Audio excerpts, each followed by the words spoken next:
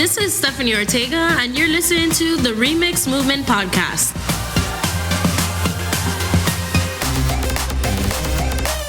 Hello, everybody. We are in season 4. I'm here with Louis. Hello, hello. And my name is Stephanie. Hi. Hey. Exactly. Oh, no, that was the wrong one. That deserves that. That's not what it deserves. I'm trying to be exciting for our listeners. Oh, no, I know, but... No, where are my people? No, that's not it. Hey, thank you very much. Thank you for listening to the remix. You see how good that sounds? Okay, yeah, that was good. Those are our people. Yes. All right, so we started season 4, which is basically October through December. This is the last season of 2020 for the Remix Movement Podcast. That's right. Yes, and FYI, people, Lewis's voice is not usually like that.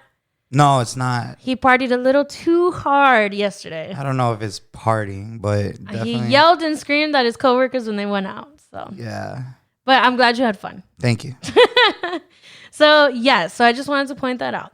But in the spirit of the remix, for some of our new listeners, it's important that you guys know that all of our past episodes of our season 3, 2, and 1 are available on our YouTube channel. So just search the Remix Movement Podcast and all of them will show up on there. Right. And they have their playlist and everything in there also. So feel free to check out any of those if you really like this episode and you want to continue to keep listening to us, and then check out our past episodes. Yes. Yes. So it's a new season, it's a new day, and we're in a brand new month.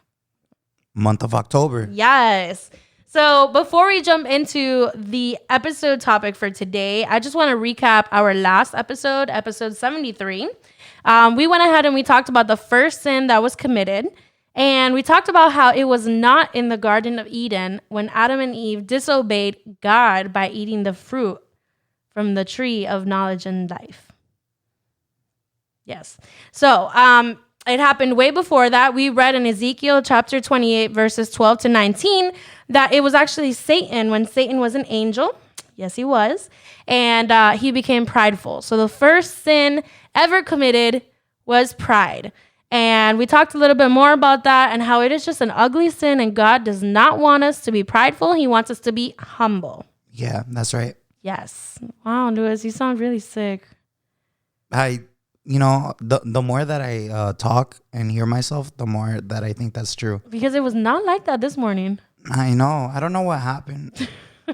It was literally from morning to now. Did you talk a lot at work?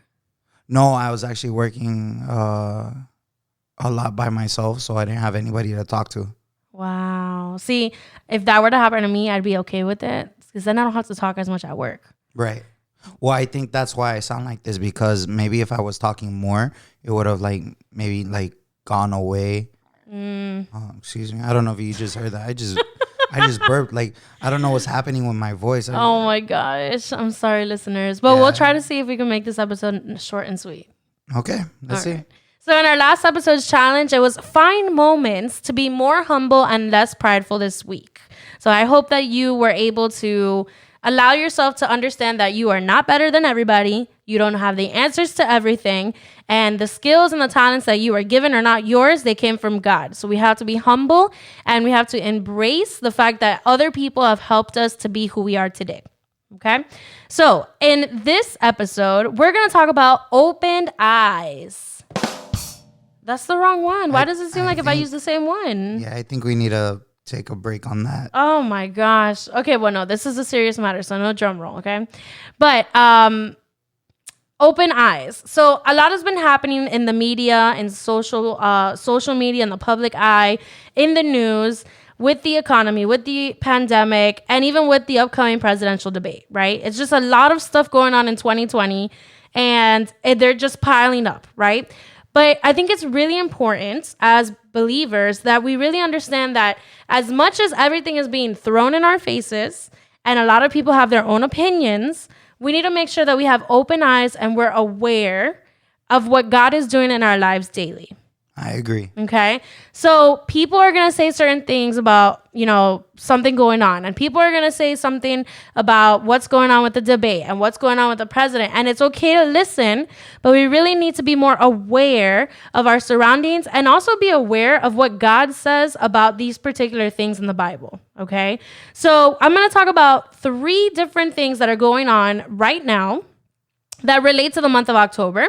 And we're just going to talk about awareness, how awareness is allowing yourself to understand what these things are about and how they affect you and how you can see it differently as a Christian, how you can see these things differently and how it's important to really have open eyes on these things. All right. So the first one is National Hispanic National Hispanic Heritage Month.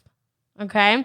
So this is going on September 15 all the way through October 15. Luis, did you know it was National Hispanic Heritage Month? I had no idea, to be honest. For real? Yeah, like... You are Hispanic, right? Yeah, I think so. Oh, but you should know that it's National Hispanic Heritage Month. You see, like... yeah, I didn't even pay attention, and... I'll tell you this. A few years ago, every year, we would go to my friend's church in Tamarack, and we would go to their Hispanic Heritage Luncheon. You remember? Yes. All right. So my friend Maria would always tell us, bring a plate. We go to our church, and we share everybody's, heritage when we see all these different people, and their service is usually done in Spanish. And we did that twice, and we couldn't do it this year because of Corona. That's right. Yeah. So maybe this year, it may have passed by you, but it is definitely important that even if you are not Hispanic, that you understand what the whole purpose of National Hispanic Heritage Month is. For us, it's kind of like Black History Month in the same sense where when Black History Month comes in February, we go ahead and we recognize the contributions and the influences of, what Black African Americans have done in our history, for our culture and the achievements of the United States, right? So with Hispanic Heritage Month, we do the same thing. The only difference is we try to find out what was the contribution and influence of certain people in the Hispanic culture that has helped us and shaping the United States. So Luis, if you can name one Hispanic American who influenced you particularly, who would it be?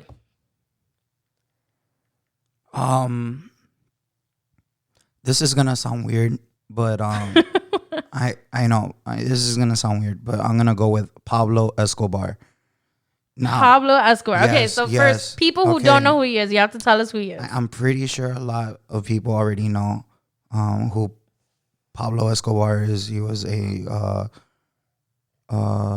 narco terrorist person. He has a bad image. From? He's from Colombia. And he is known to be a terrorist. He's known to be a drug trafficker. He's known to be a multi-billionaire. He's known for a lot of deaths caused in not only just in Colombia, I guess worldwide, I would say. He was a man of great power in the drug world, right? Now, I'm not idolizing what he is and what he did, but I understand what he did for his family. And that's where I'm getting with this, is that this guy was a family man. And as bad as we all know him to be, if you look at his kids in this world, like, you would understand, like, this guy was he put all of that to the side for his family, pretty much. And yes, they went through some stuff, right, in real life, but he did everything to protect his family. He did everything to make sure that his family was fine. And so that's how I recognize him, like, as like a real, like, family guy. So he's influenced you because he's a family guy, right? Because that's something to as bad as he was, because I know that he's bad, right? Like, or that he was bad, but I see that side of him. Like this guy was like, he was a caregiver. And some might even say that he was like a Robin Hood. I'm not saying he's a Robin Hood, that he would steal from the rich and give to the poor. Some have said that. Some have said, worse things. But he made sure that his family was well off. And so, I think that's pretty respectable. Besides of everything else that he did.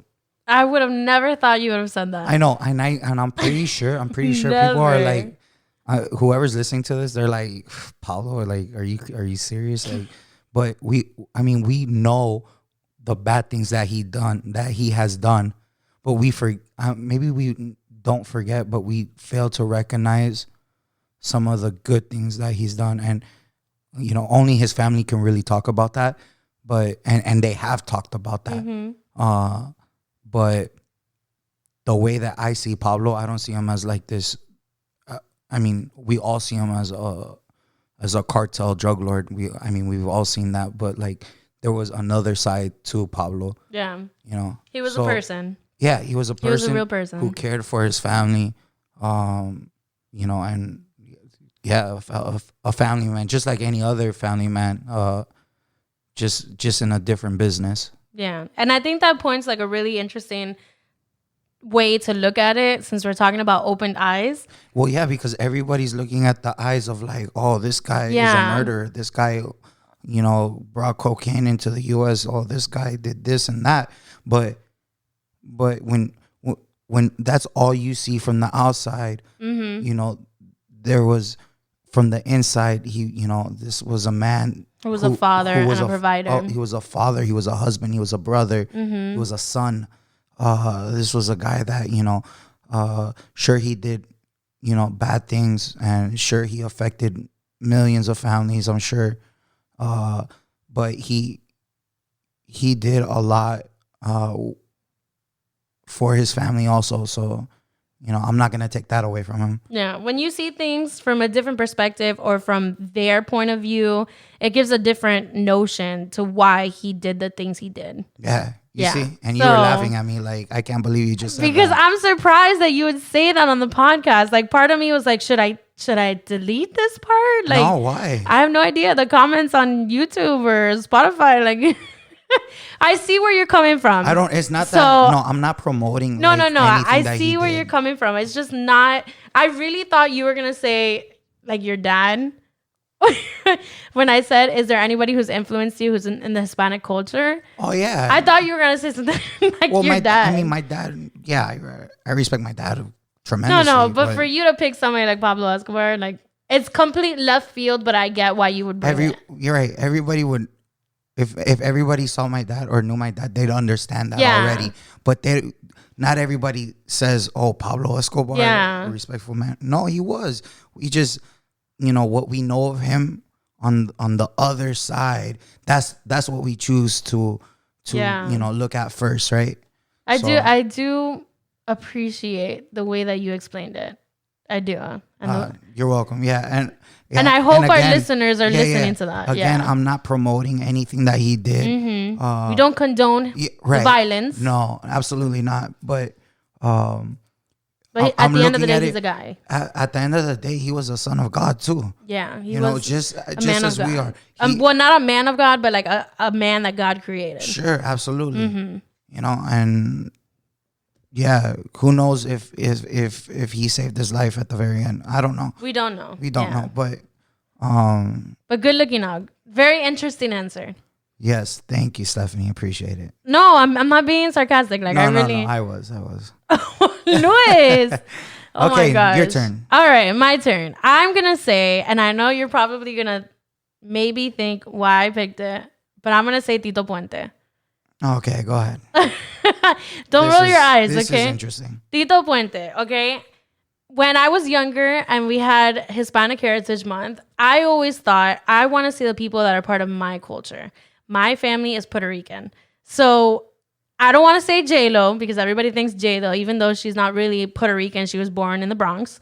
But Tito Puente. Tito Puente is a man native to the Puerto Ricans. And basically, he's known for his musical talent. He's known for the music he did on the timbales, and timbales are like a Spanish version of the drums, percussion. And he's known for his music. And hey, my dad used to listen to Tito Puente, and I was kind of raised in like that whole like salsa, merengue, kind of Latin kind of feel, with like funky tunes and stuff. So, you know, I honestly think he changed the way just Puerto Ricans celebrate music. And people in general know who Tito Puente are. I know that in New York, they used to do all these like big parades. And Tito Puente was one of the people when he was alive that was in it. And he always had a musical performance. He always had a smile on his face. And I really do appreciate the influence that he has on my culture and the influence he has on my family. And I like Tito Puente. Okay. Yeah. So I want you guys really to understand that, you know, National Hispanic Heritage Month, even though you are not Hispanic, there are lots and lots of people that are Hispanic from different countries: Colombia, Venezuela, Puerto Rico, Ecuador, El Salvador. I can name all of them. And if you feel like they have changed the way you live, changed history, their achievements have marked something in your life, then this is the time for you to be able to say, you know what, I want to be more aware of them. I want to be able to have a conversation with somebody, and maybe you'll have a conversation with somebody about Pablo Escobar, and now you can sit down and talk about why he's an influence in general to America, right? And you can have a conversation about, you know, music, and then pop up about Tito Puente. So this is something that the same way, like I said, Black History Month is very important for our African American friends. I do think National Hispanic Heritage Month should not be something that we kind of like roll by and not give them the chance to celebrate who they are in our history.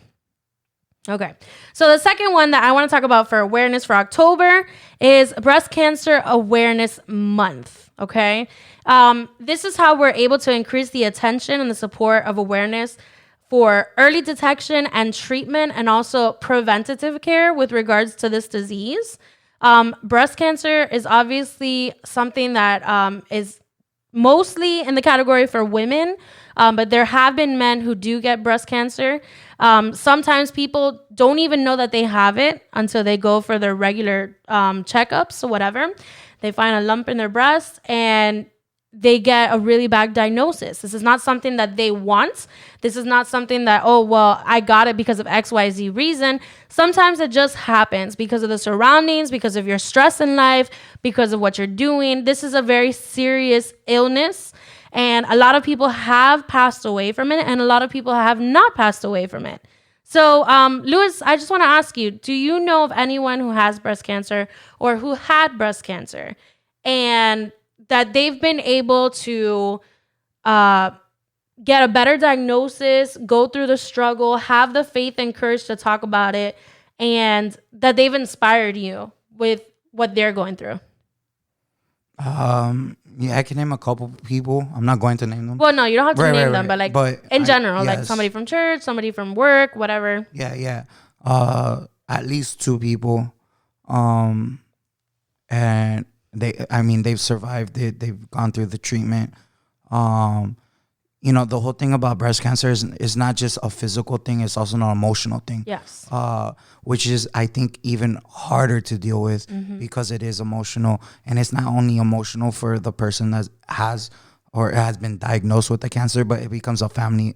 A family affair. Yes. Yeah. So, I mean, not to exclude any other, illness, but breast cancer is, again, it's an emotional roller coaster. And the fact that it happens to women, I think makes it even harder. Yeah.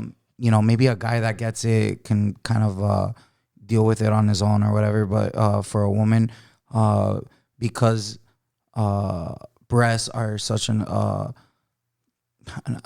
don't know, not important, but breast is, it's a detail of a female, right? Like, yeah. It's something that you see. Yeah, no, but and it literally, it shows the difference between a male and a woman, and if we're gonna talk about truth, like, you distinguish a man and a woman, the difference is one has breasts and the other one doesn't. Right. I mean, yes, but I'm trying to look for a deeper word, but it's not coming off my head. Yeah. It's definitely an asset that we care about. Right. As women, I think, it's part of your body sense. So, it's of high importance to you, right? Yeah. It has a lot to do with beauty. Right. Yes. Which just adds to the emotion, right? Because,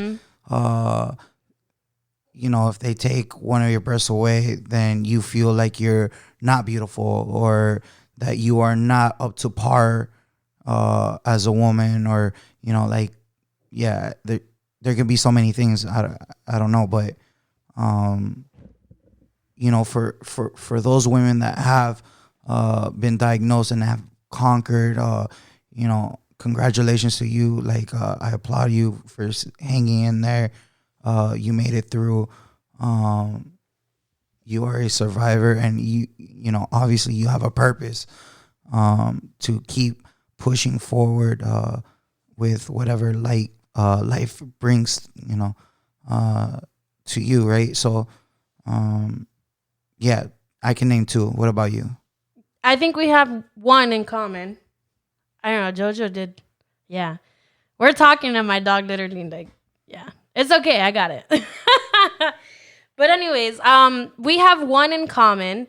And for me, seeing how she, as a woman of God, has been able to hold on to her faith, been able to talk about her struggle, and being able to see how she's gone through the treatment, she's gone through the process, and she was able to go into remission. And that's basically what it's called when they give you a diagnosis and say, hey, you're cancer free. It's called remission. It's not easy. It definitely is not easy. And, we don't talk about it as much, and we really should.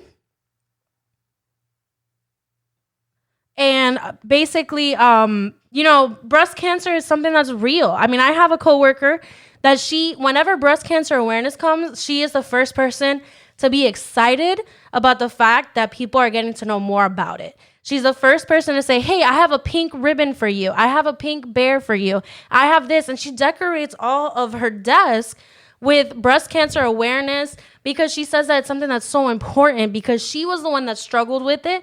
And she's the one that's able to say, hey, but I found my beauty again. I wasn't allowing this sickness to condone the way I live my life. I was able, and she's not even a believer, which is the crazy part, right? So if you're not a believer and you find the strength to beat breast cancer, then that's fantastic, and I applaud you. Now, if you are a believer and you're able to beat breast cancer, you are an inspiration to me personally. Because again, nobody knows when they're going to get breast cancer. Nobody knows if they're going to get breast cancer. All we can do is understand that this is a real situation that could happen to you.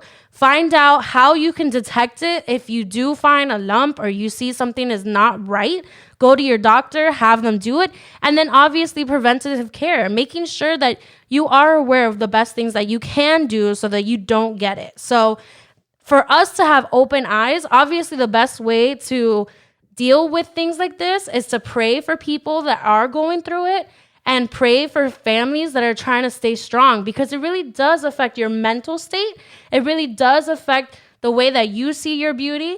And God is the only person who can lift you and your family up. God is the only person who can heal you and allow you to get rid of any type of cancer that you may have in your body. So have the open eyes and the courage to be able to pray for others so that they can be able to see God through this.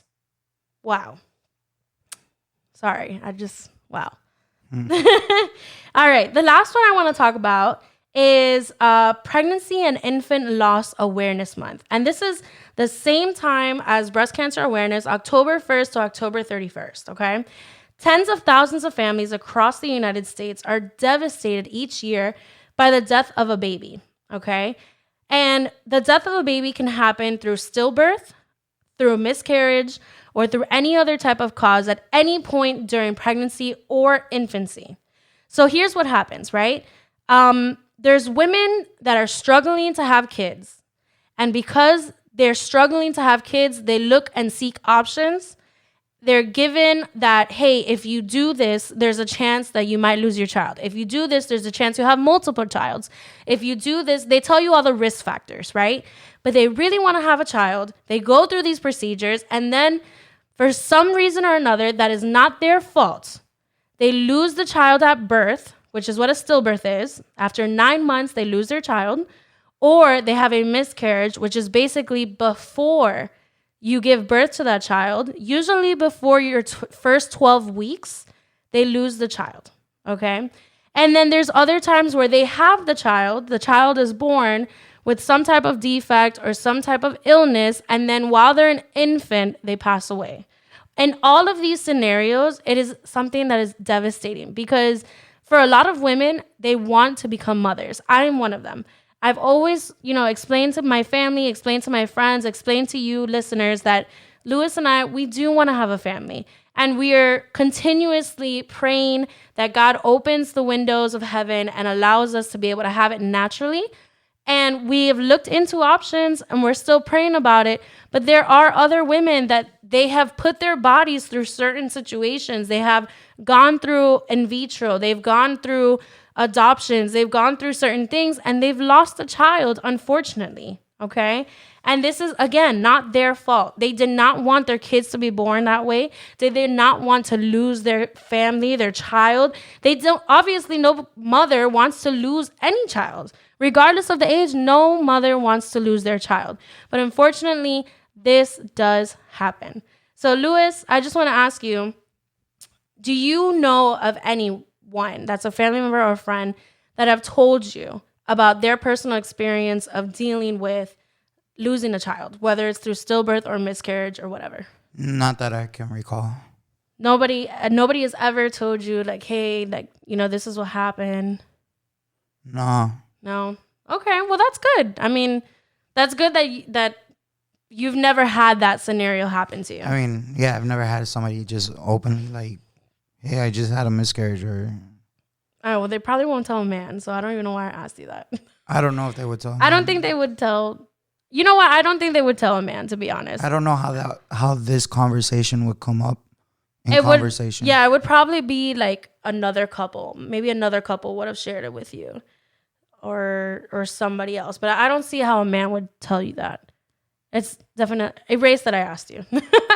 But for me, I do think that some women do not talk about it because it is something that is a tragedy. I think that and it's personal. It's a personal tragedy, and it's something that before nobody wanted to shed light upon it because it's just so scary and it is painful, and it destroys the way a woman sees herself. It destroys the way a woman views her body. It destroys the way she thought of how she was creating her family. She can probably be thinking, well, what did I do wrong for this to happen? What did I cause for this to happen? They always tend to think of themselves. So I could have done this and maybe this would have never happened. And like I said, none of this is anybody's fault. Okay.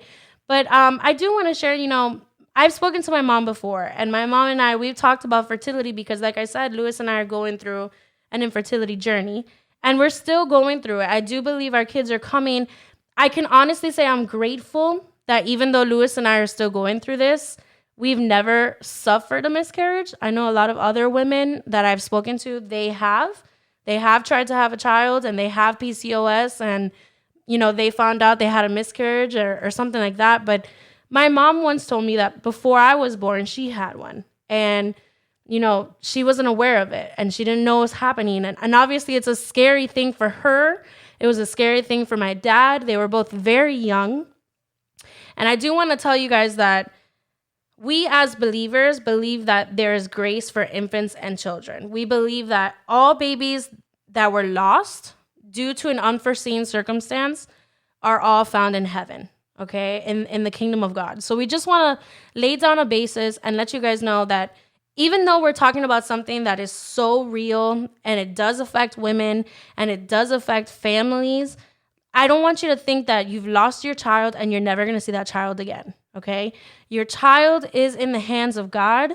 If you lost your child because of something unforeseen, like a miscarriage, your child is in heaven with the Lord. He was innocent. She was innocent. They had a name. God created them for a reason. Everybody born into this life, even from the moment that you find out you're pregnant, whether it's 4 weeks, 5 weeks, 6 weeks, 10 weeks, right? that is a child of God that was envisioned that God dreamed of and God put in your life. And if you lost them, please find some type of peace knowing that that child is in heaven. Okay. I know that I was talking with some friends and they were telling me that Chrissy Teigen, which is John Legend's wife, she recently found out that she lost her child.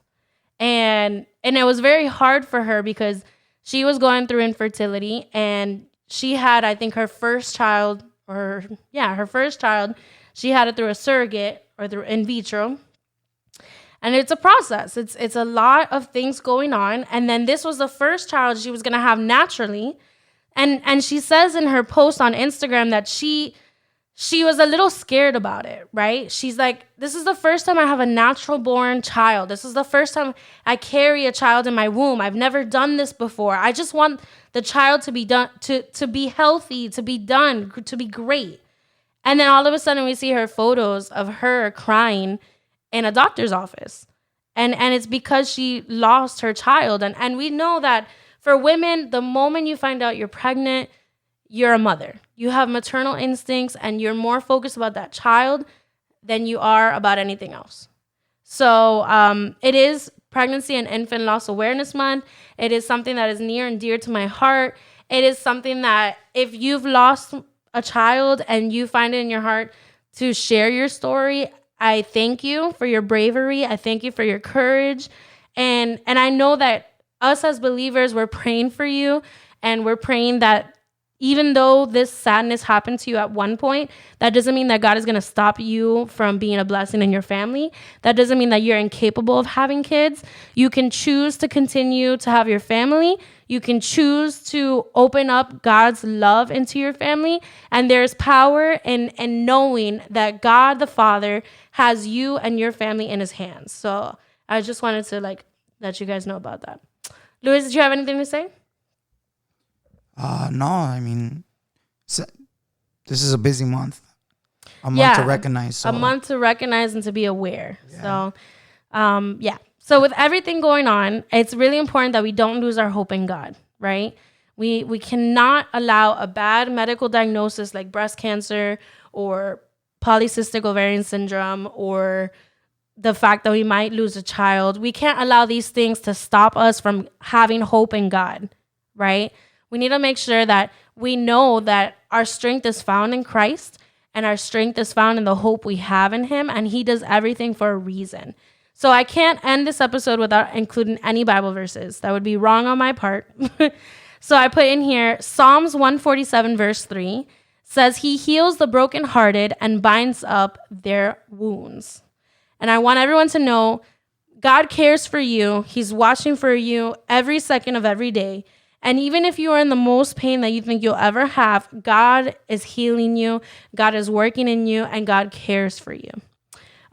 Luis, can you read the second verse that we have there? Yeah, it's Isaiah 26, verse 3-4. It says, behold, God is my salvation, I will trust and will not be afraid. For the Lord God is my strength and my song, and he has become my salvation. Yeah. So with that, lean on God to help you get through life. Because life can be pretty hard sometimes. And, when you lean on him, he gives you the strength to move forward. Amen. Good looking out, Luis. No problem.